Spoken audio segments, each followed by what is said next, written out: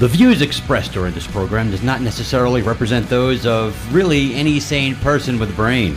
Listening to this program may actually kill brainwaves and make you dumber than you may already be. Listener discretion is advised. Really, because this show sucks to begin with. Here we go, my friend. It is the Fantasy Fat Guys again this week. Two very, very fat guys that didn't get to spend the week last week together because one of us had COVID. One of us had the vid. Look whose face is skinnier.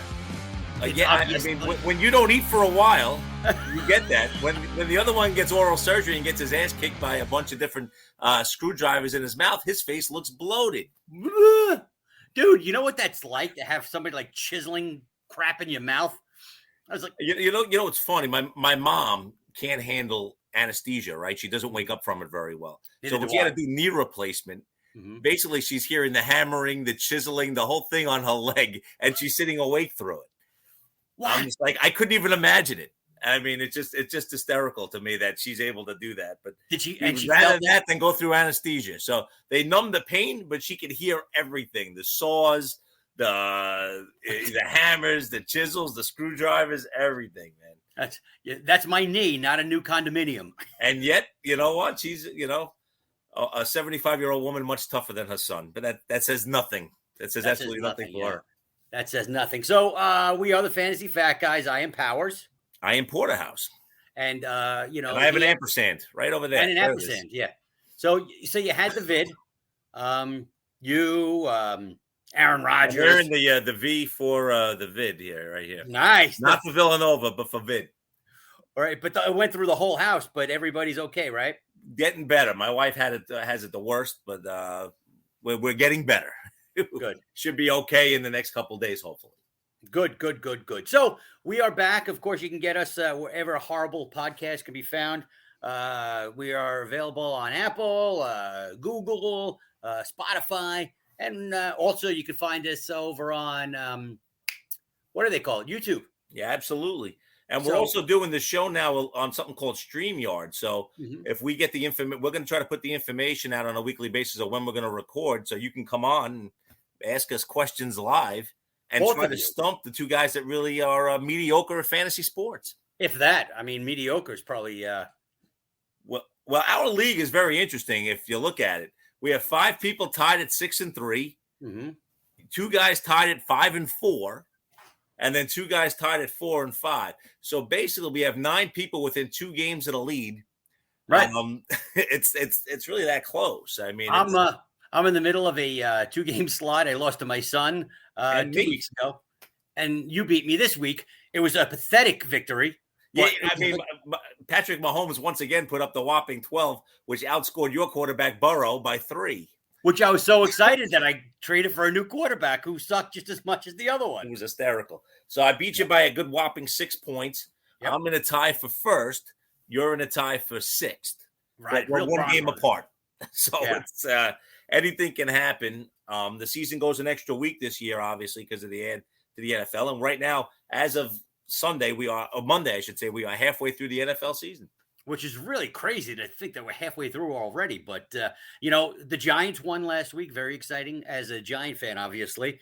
But they won very weird. Only 20 passes the entire game. Danny Dimes, 15 of 20. Kadarius Toney and Kenny Golladay, 3 targets all day. I mean, the Giants are one of those enigmas because you look at their offensive skill positions, and the O-line is not great. So you get it, right? But they have skill at the receiver spot. They have skill at the running back position. Dimes can run and he can throw. Yet, for some strange reason, I mean, he threw for under 150 yards this week. Yeah. I just don't know I never understand Garrett's game plan. Right. This is a team that you figure can churn and burn with everybody. I mean, not that Devontae Booker is Saquon Barkley, but you'd think that they'd be a little better offensively or more consistent than they show. Well, you could tell that he's not Saquon because Booker was on the field. Yeah, pretty much. He's able to play the whole game. Yeah, which is new. It's really weird. And because he's a Giant, he rushed for 99 yards because Giants don't get to the 100 mark. Nope. They stop at 99. That's just even the way if we're going to lose the game by stopping the run, we stop because we need 99. We don't go to 100. The Jets, on the other hand, got all excited about Mike White. And then he got hurt pretty early. So it's the Josh Johnson era. And and Josh has been on 15 teams and played in a bunch of leagues that no one's ever heard of. Mm-hmm. But I'll say this: he didn't look bad against the Colts. No, which tells you everything you need to know about Zach Wilson and his development at this point. Zach Wilson makes the Jet offense look awful. I know it's his first year. I get it. But it kind of feels like Sam Darnold all over again. Another quarterback that's not developing the way you need him to develop.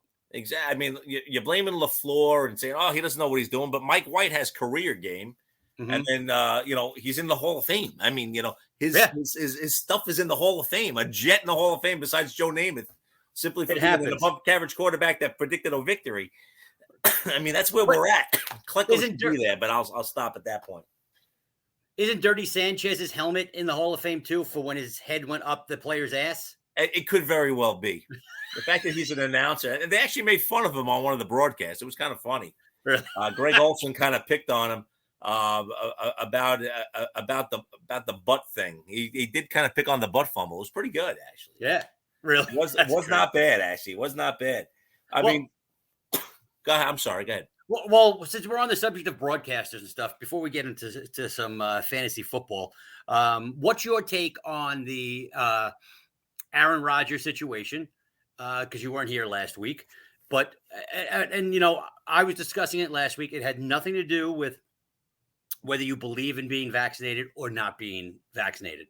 It was his integrity and the fact that he purposely misled everybody. And last weekend, Terry Bradshaw and the whole Fox crew got on his case, called him a liar, and gave him a hard time. Other commentators did the same. What is your take on it? I find it funny that people that are commentators that get 77% of their advertising dollars from Big Pharma took a real take against Aaron Rodgers. That surprises me. Right. Terry Bradshaw, not predictable at all with his own little show that he has on the side where he makes fun of his family. It's all a load of No, I can't watch that. It's like, I don't watch The Real Housewives. I don't watch that.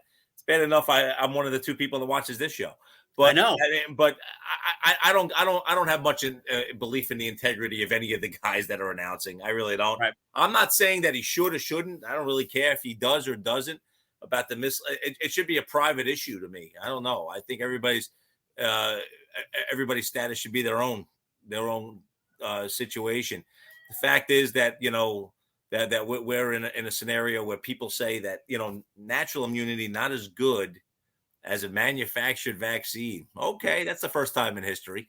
So therefore, I think it should be private because I do think you get ostracized if you decide against it. So I think that's why he did it. But you know what? When you're in the public eye like he is, I mean, nobody gives a shit about you and I. But no. Aaron Rodgers in the public eye, you make a lot of money to play a game.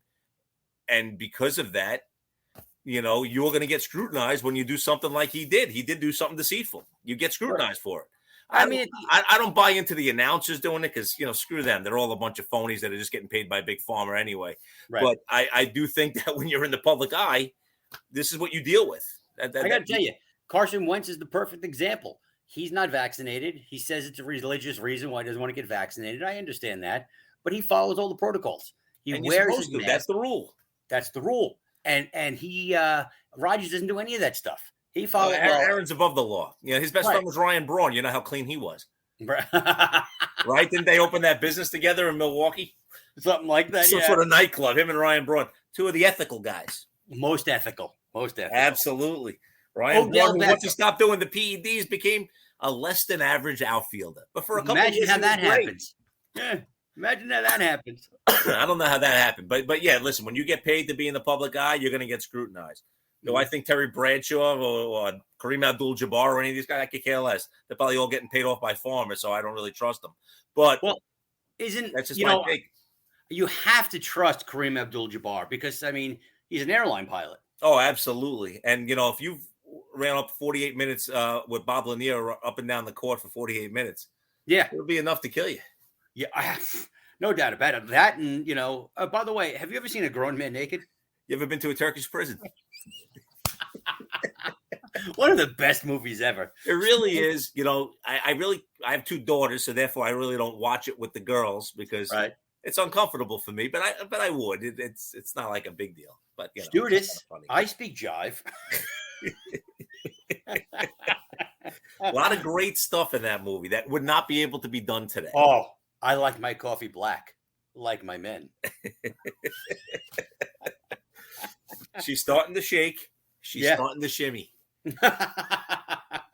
So, quickly, Odell Beckham. Odell Beckham got his release on Monday, yesterday. He is finding a way to get kicked off of every major NFL squad in the league. I mean, does anybody want him? Would you want him on your roster? No. Apparently, he made Baker Mayfield upset, and that's why they got rid of him. The funny part is they're talking about possibly Seattle, and Pete Carroll today didn't say no. He says, we're in on, the conversations, and we're looking into it. Listen, Seattle's not going anywhere this year. Thank God, because I want that draft pick. Right now, it's the 11th pick. I know, but why would you upset the apple cart when you've got Tyler Lockett and you've got DJ Metcalf? What do you think good is going to happen with Odell Beckham there? Nothing good, because remember they tried it with Josh Gordon a couple of years ago. They couldn't get him the ball enough, and then he relapsed. Why would you even do it again? I don't know if there's a team in the NFL that should sit there and take a chance on Odell Beckham. He had a great catch. It was a great catch, right? Fantastic. And he had a really good season. Then he kind of went like a little off the rails going after Josh Norman, right? And all that other stuff. Then they get to the playoffs, and the only guy that shows up is Eli, who everybody loves to kill. Eli played as good as you can for a team that scored 3 points that day. Right. He was putting the ball on spots, and Odell's dropping them after they had like their little trip on that boat thing or whatever the hell he did down in Dallas. Mm-hmm. I mean, it's just like he's a bad guy. Yeah, he's a cancer. He's a cancer to the team. You don't want him. You know what? But can he do a turnaround? You got Antonio Brown now playing with Tom Brady. And I guess he knows that if he doesn't keep his mouth shut and he doesn't stay straight and narrow, he ain't getting a ball. Well, the thing is that Tom Brady's not going to take any crap from him or anybody else. Right. They tried Chad Ochocinco. He wasn't getting along. Tom just said, get him out of here. Right. Russell Wilson might have that same cachet where he's like, hey, listen, if this kid's not doing the right thing, we don't have to give him the ball. But I just don't understand why you would even, take a guy like a DK Metcalf, who's a young star. Right. And a Tyler Lockett, who's proven to be a good citizen and a great player, and put them around the guy that's going to sit there and act like he's better than they are when he hasn't done squat. Now, New Orleans is a team that's been mentioned, and they can use somebody at the skill position. I mean, he could be the star there if he goes there. The problem is, he doesn't have anybody thrown to him. I mean, that's the thing. I mean, Jameis out, so now it's Travis Simeon. Can you imagine Odell Beckham abusing Travis Simeon? Oh, my God. I'm just being honest. I mean, Travis Simeon's is about as cool, calm, collected, solid third string quarterback, maybe a second string on a couple of teams. Right. And Odell just screaming at him in the huddle that he's not getting the ball enough. I mean, it would be it'd be an interesting thing. I mean, Cleveland wasn't even trying to get him on the field. I mean, he was that, Peoples Jones is the better player. Right. Who'd have thunk it at the beginning of the year? But that's where we sit now. It's crazy, isn't it? It really is. It really is. Now, moving to another topic. For those of you who've always dreamed of playing in the NFL, but were never quite good enough. Which is almost everybody that we know. Right. Which I'll get to another example of that in a minute. But the NFL hires the water boys. Guess how much a water boy makes? Bobby Boucher of the NFL. What does he make? Well, he was, what were they? The Mud Dogs? Something like that, yeah. They were the high quality H2O. High quality H2O. It sucks. What is it, like really $20 an hour? What do you get? $53,000 a year. To bring water out? To be the water boy. I can handle that, I think. Yeah. I mean, if I was the pizza boy, that'd be a problem. There'd be nothing left by the time I got there with it. Well, water, I can only drink so much. Right. I might piss myself on the sideline, but I'll get through it. That's right. $53,000 a year. And that's like low. Like there's other jobs and stuff that they can do that can give them some bonus money and stuff like that. And all you got to do is look at the NFL.com and their job openings to see when a team near you